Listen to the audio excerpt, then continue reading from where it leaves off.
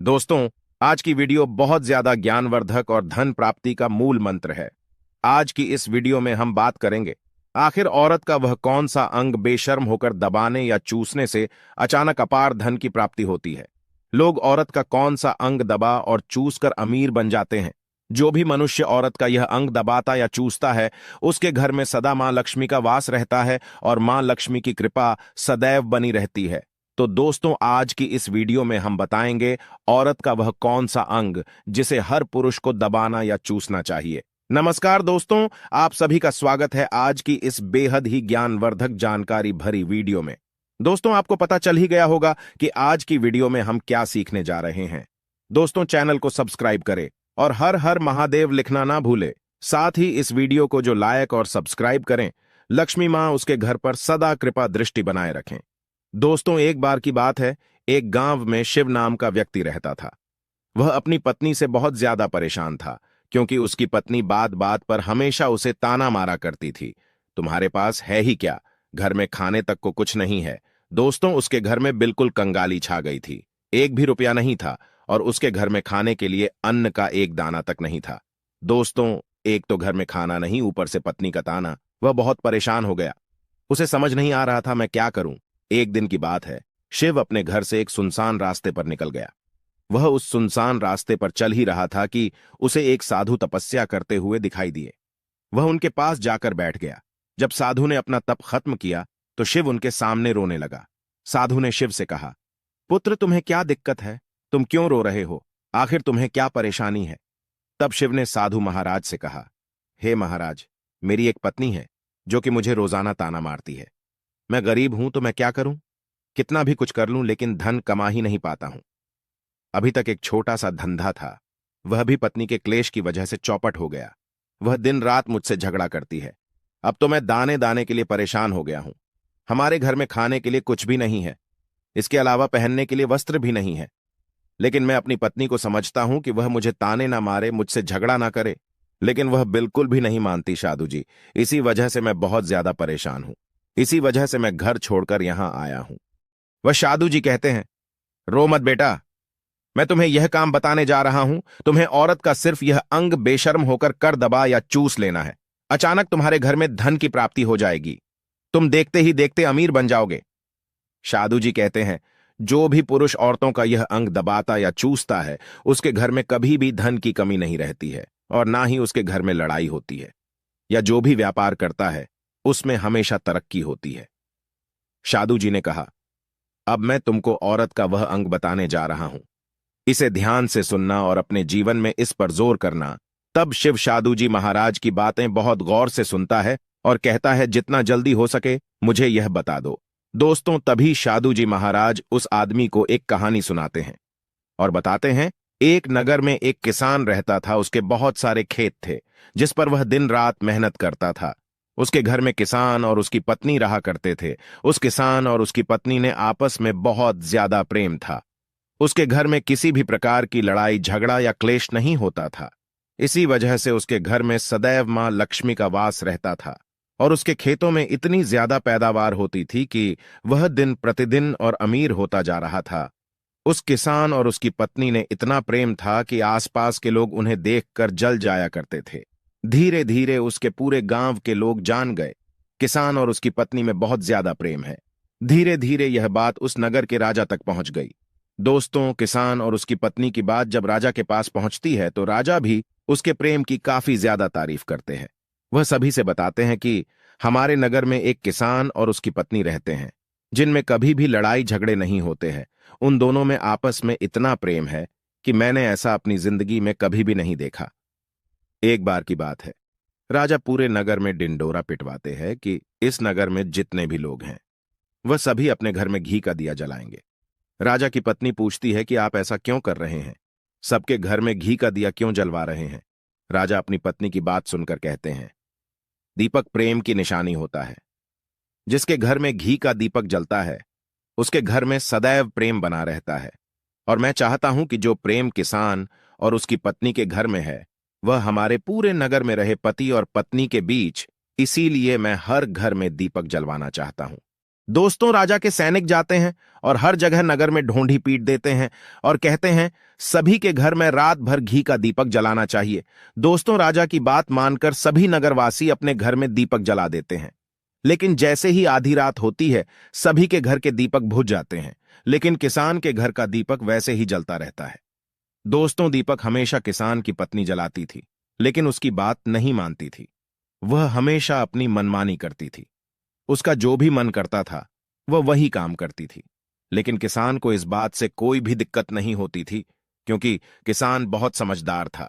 किसान सोचता था, यदि मैं अपनी पत्नी को रोक टोक करूंगा तो घर में बेवजह ही लड़ाई झगड़ा होंगे। इसी वजह से कई चीजें किसान अपनी पत्नी की ये बातें अनदेखा करता था। किसान इस वजह से अनदेखा करता था कि उसके घर में प्रेम बना रहे। राजा अपने महल में चढ़कर पूरे नगर का नजारा देख रहे थे। उन्होंने देखा कि सारे नगर में किसी के घर में दीपक नहीं चल रहा है, लेकिन किसान के घर में दीपक जल रहा है। तब राजा अपनी रानी से बोलता है कि देखो, किसान और उसकी पत्नी के घर में दीपक जगमगा रहा है, लेकिन पूरे नगर में कहीं भी दीपक नहीं जल रहा है। इसी से पता लगता है कि किसान और उसकी पत्नी में कितना प्रेम है। तब राजा की पत्नी राजा से बोलती है कि जो किसान और उसकी पत्नी में प्रेम है वह किसान की पत्नी की वजह से है, और इसी वजह से उसके घर में इतना ज्यादा प्रेम है। दोस्तों, जब राजा रानी की बात सुनता है तो कहता है, नहीं, तुम्हारा सोचना गलत है। जो प्रेम किसान के घर में है वह उसकी पत्नी की वजह से नहीं है, बल्कि वह किसान की वजह से है। रानी, यहां पर किसान बहुत ज्यादा समझदार है। आपका सोचना गलत है, और यही वजह है जो कि उनके घर में कभी भी लड़ाई झगड़ा नहीं होता है। दोस्तों, राजा कहता है किसान समझदार है, और रानी कहती है किसान की पत्नी समझदार है। दोस्तों, इसी तरह कुछ देर चलता रहा। राजा कह रहे थे किसान समझदार है, रानी कह रही थी किसान की पत्नी समझदार है। इसी बात को लेकर राजा और रानी के बीच काफी झगड़ा हो गया। इसके बाद रानी ने राजा की दाढ़ी उखाड़ ली और राजा ने रानी को उठाकर पटक दिया। इसके बाद राजा कहता है, हम लोगों को झगड़ा करने की जरूरत नहीं है। क्यों ना हम किसान और उसकी पत्नी की परीक्षा ले लें। सारा दूध का दूध और पानी का पानी हो जाएगा। लड़ाई करने के बाद इस बात पर राजा और रानी दोनों सहमत हो गए और दोनों की परीक्षा लेने के लिए तैयार हो जाते हैं। तब राजा अपने महल में जाता है और एक पुरुष सैनिक को बुलाता है और पुरुष सैनिक से बोलता है कि तुम किसान के पास जाओ और जो जो प्रश्न मैं तुमसे बोल रहा हूं वह तुम किसान को बोल देना। वह पुरुष सैनिक बोलता है, ठीक है महाराज। वह पुरुष सैनिक राजा की बात सुनकर किसान के पास जाता है। उस समय किसान की पत्नी खेतों में गई थी, लेकिन किसान की कुछ तबीयत ठीक नहीं थी, इस वजह से वह खेतों पर नहीं गया था। इस समय पुरुष सैनिक किसान के घर पहुंच जाता है और किसान से कहता है, मैं राज दरबार से आया हूं, राजा साहब ने मुझे भेजा है। दोस्तों, किसान कहता है, बताइए मैं आपकी क्या सेवा कर सकता हूं। आप बैठ जाइए, मैं आपके लिए पानी लेकर आता हूं।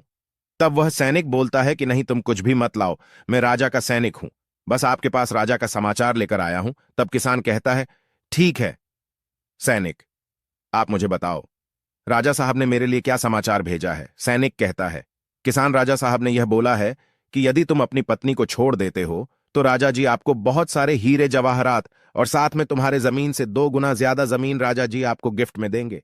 इसके अलावा राजमहल का आधा हिस्सा भी आपको दिया जाएगा। लेकिन जो किसान ने जवाब दिया वह सुनने लायक। हे किसान ने कहा, राजा जी अपना पूरा राजमहल मुझे क्यों ना दे दे, लेकिन मैं अपनी पत्नी को नहीं छोड़ूंगा। जाओ और अपने राजा से कह दो किसान ने ऐसा कहा है। सैनिक जाता है और राजा को सारी बातें बताता है। इस समय रानी वहां पर सैनिक की बात सुन रही थी। सुनने के बाद रानी ने कहा, आपने किसान की तो परीक्षा ले ली, लेकिन किसान की पत्नी की परीक्षा नहीं ली है। इस तरह से हम कैसे पता कर सकते हैं कि कौन समझदार है। इसके बाद रानी ने कहा, अब मैं भी किसान की पत्नी की परीक्षा लेना चाहती हूं। जब दोनों की परीक्षा हो जाएगी तभी पता चलेगा कि कौन समझदार है। फिर रानी ने भी एक सैनिक बुलाया और कहा कि मेरी बात किसान की पत्नी को बोलना और याद रखना, यह बात तभी बताना जब किसान वहां पर ना हो। सैनिक ने पूछा कि रानी क्या बात बतानी है, वह तो बताओ। तो रानी ने सैनिक को सारी बात बता दी। सैनिक किसान के घर जाता है और उसके घर में आवाज लगाता है तो उसके घर से किसान की पत्नी निकलकर आती है और कहती है, बताओ क्या हुआ, क्यों ढिंढोरा पीट रहे हो। तो सैनिक ने कहा कि राजमहल से आया हूं, मुझे रानी ने भेजा है। किसान की पत्नी ने कहा, बताओ किस लिए आए हो। तब सैनिक ने कहा, रानी ने बोला है, यदि तुम अपने पति किसान को मार देती हो तो आपको बहुत सारे हीरे जवाहरात रानी आपको देंगी और साथ में राजमहल का आधा हिस्सा भी आपको मिलेगा।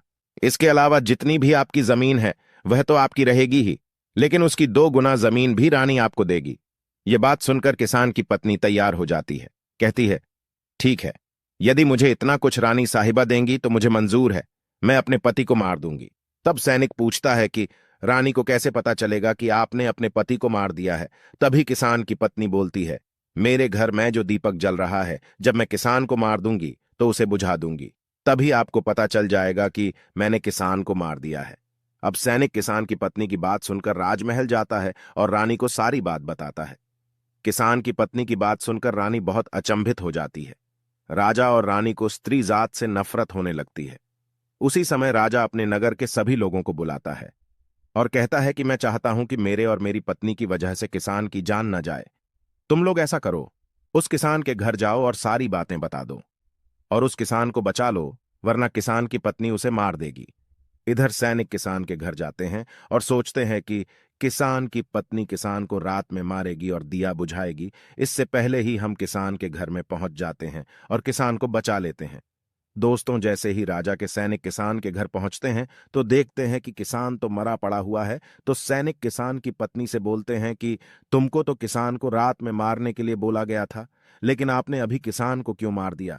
तब वह किसान की पत्नी बोलती है कि किसान को तो मुझे मारना ही था, रात में तो मुझे सिर्फ दिया ही बुझाना था, इसलिए किसान को तो मैंने दिन में ही मार दिया है। सभी सैनिक तुरंत ही किसान के घर से दौड़े दौड़े जाते हैं और राजा रानी को सारी बातें बताते हैं। राजा और रानी क्रोध से आगबबूला हो जाते हैं। इसके बाद राजा और रानी किसान की पत्नी को बंदी बनाकर लाने के लिए अपने सैनिक से कहते हैं। सैनिक जाते हैं, किसान की पत्नी को बंदी बनाकर ले आते हैं। राजा किसान की पत्नी से पूछता है, ऐसा तुमने क्यों किया? तुम लालची औरत हो, तुम्हें पैसों से प्यार है। तभी किसान की पत्नी ने जवाब दिया और बताया कि मुझे तो किसान को पहले ही मारना था, वह तो मैं कोई बहाना ढूंढ रही थी, क्योंकि किसान की आदत बहुत खराब थी, वह मेरे साथ बहुत खराब व्यवहार किया करता था। तो राजा ने कहा, ऐसा क्या करता था किसान? तो किसान की पत्नी ने जवाब दिया, वह मेरे नाक का ऊपरी हिस्सा अपनी उंगली से हमेशा दबाया करते थे। इसके अलावा किसान एक काम और मेरे साथ करता था, वह किसान मेरे कान का पिछला हिस्सा अक्सर अपनी जीभ से स्पर्श किया करता था। राजा ने पूछा, यह बताओ, जब आप लोग गरीब थे तब क्या किसान आपके साथ यह काम करता था? तो किसान की पत्नी बोलती है, नहीं महाराज, तब ऐसा नहीं करता था। तब राजा ने कहा, मैं समझ गया कि किसान ऐसा क्यों करता था। उसी समय साधु जी ने शिव से पूछा, तुम्हें कुछ समझ में आया औरत का कौन सा अंग दबाने तथा चूसने से लोगों को अचानक धन की प्राप्ति होती है? तो शिव ने कहा है, साधु जी, मुझे अभी समझ में नहीं आया। तभी साधु जी कहते हैं, अगर अभी समझ नहीं आया तो मैं फिर से आपको बताता हूं। किसान अपनी पत्नी के साथ पहला काम करता था, वह है उसके नाक के ऊपरी हिस्से को अपने उंगली से दबाता था।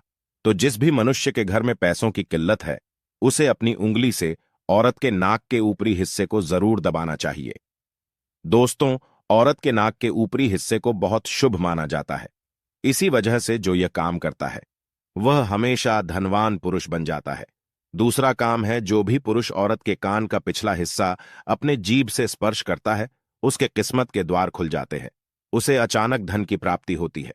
ऐसा इसलिए होता है क्योंकि औरत के कान के पिछले हिस्से में माता लक्ष्मी का वास होता है। जब आप ऐसा करते हैं तो माता लक्ष्मी आपसे प्रसन्न हो जाती है और आपको अपार धन देती है। और आपने एक बात तो जरूर सुनी होगी, औरतें माता लक्ष्मी का रूप मानी जाती हैं। इसी वजह है इस संसार में जो भी मनुष्य यह दो पवित्र काम करता है, उसका घर धन से भर जाता है, जो कि इस कहानी में किसान भी अपनी पत्नी के साथ करता था। लेकिन आप जब भी ऐसा काम करें तब आपको अपनी पत्नी को पूरी बात बता देनी चाहिए, अन्यथा आपके जीवन में इसी तरह अनर्थ भी हो सकता है। दोस्तों, आज का ज्ञानवर्धक वीडियो कैसा लगा कमेंट करके जरूर बताएं और हां, कमेंट में हर हर महादेव लिखना ना भूलें। धन्यवाद।